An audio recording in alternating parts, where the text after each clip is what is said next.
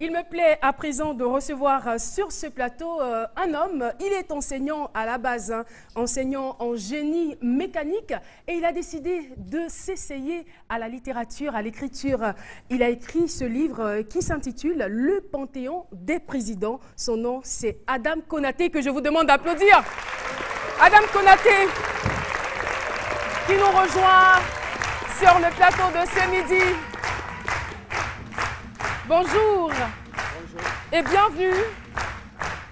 Merci beaucoup, chaleureux public de ce midi. Le micro, il marche très bien. Alors, on veut savoir comment est-ce que de génie en mécanique, d'enseignant en génie mécanique, vous vous retrouvez à écrire cette œuvre.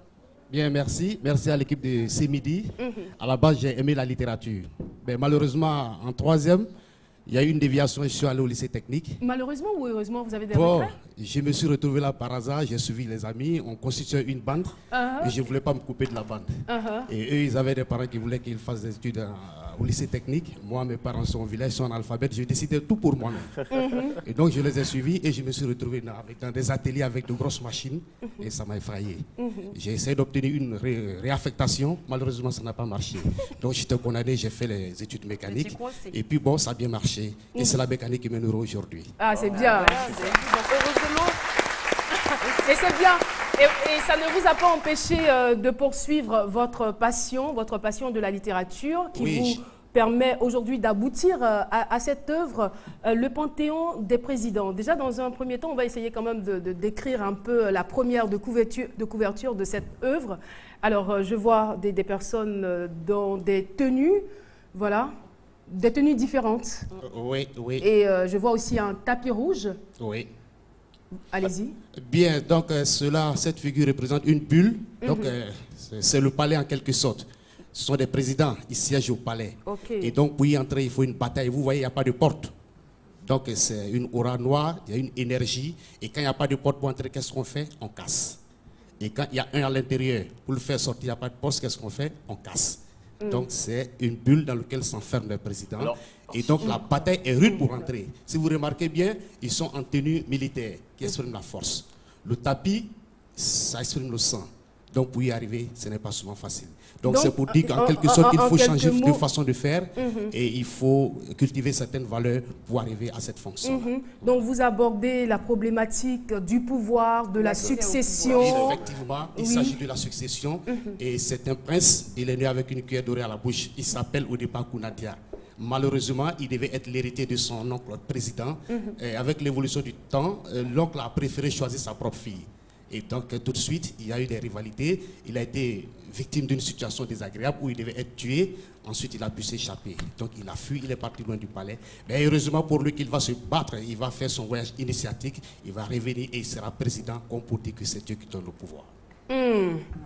Ça, c'est vraiment fort ce que vous dites. Et souvent, j'ai entendu dire que le pouvoir ne s'acquiert pas, il s'arrache. Est-ce que vous abondez dans le même sens ou non? Votre vision, elle est tout autre. Ma vision est tout à fait différente. Il faut être intègre. Vous savez, pour être président, c'est une fonction difficile. Il faut avoir de la compétence et de l'intégrité. Voilà pourquoi le personnage principal qui s'appelait Kunadia au départ, qui a changé d'étiquette pour se faire appeler Yerewolo, qui veut dire homme intègre. Nous avons besoin de présidents intègres. D'accord. Michel? L'écriture ou encore la rédaction de cette œuvre répond à quel besoin? Qu'est-ce qui a motivé à un moment donné pour vous votre profil de mécanicien? J'espère que mes termes sont justes. La mise sur pied d'un tel travail littéraire. Bien, la littérature m'épanouit, ça me permet de m'épanouir. Et c'est mon père, peut-être de façon inconsciente, qui m'a poussé à la littérature parce que dès la classe de CE1, il n'avait personne pour lire ses courriers, ses lettres, ses factures.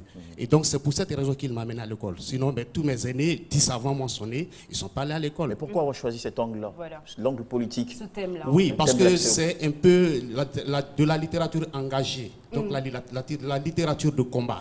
J'aime ce combat littéraire pour faire changer les mentalités. Et les crises politiques ont une conséquence même sur les bébés qui viennent de naître. Et qui doit changer de mentalité? C'est nous-mêmes. C'est tout le monde. C'est nous-mêmes, tout le monde.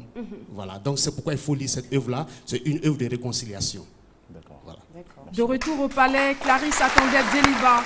Elle le prit en aparté, murmura dans son oreille avant de s'éloigner.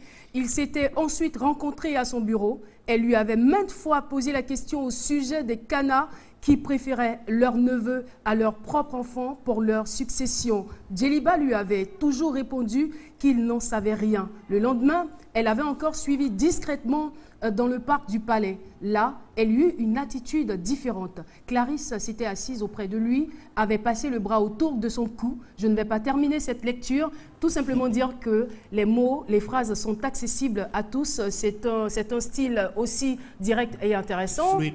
Oui, il est vraiment fluide, le style, et accessible à tous. Merci encore d'être venu partager ce livre avec nous, Le Panthéon des présidents, disponible certainement en librairie. Et voilà, à lire absolument.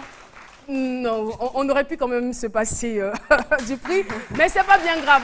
Merci beaucoup. Merci et bon courage. On espère bien qu'on aura certainement une autre œuvre très très bientôt.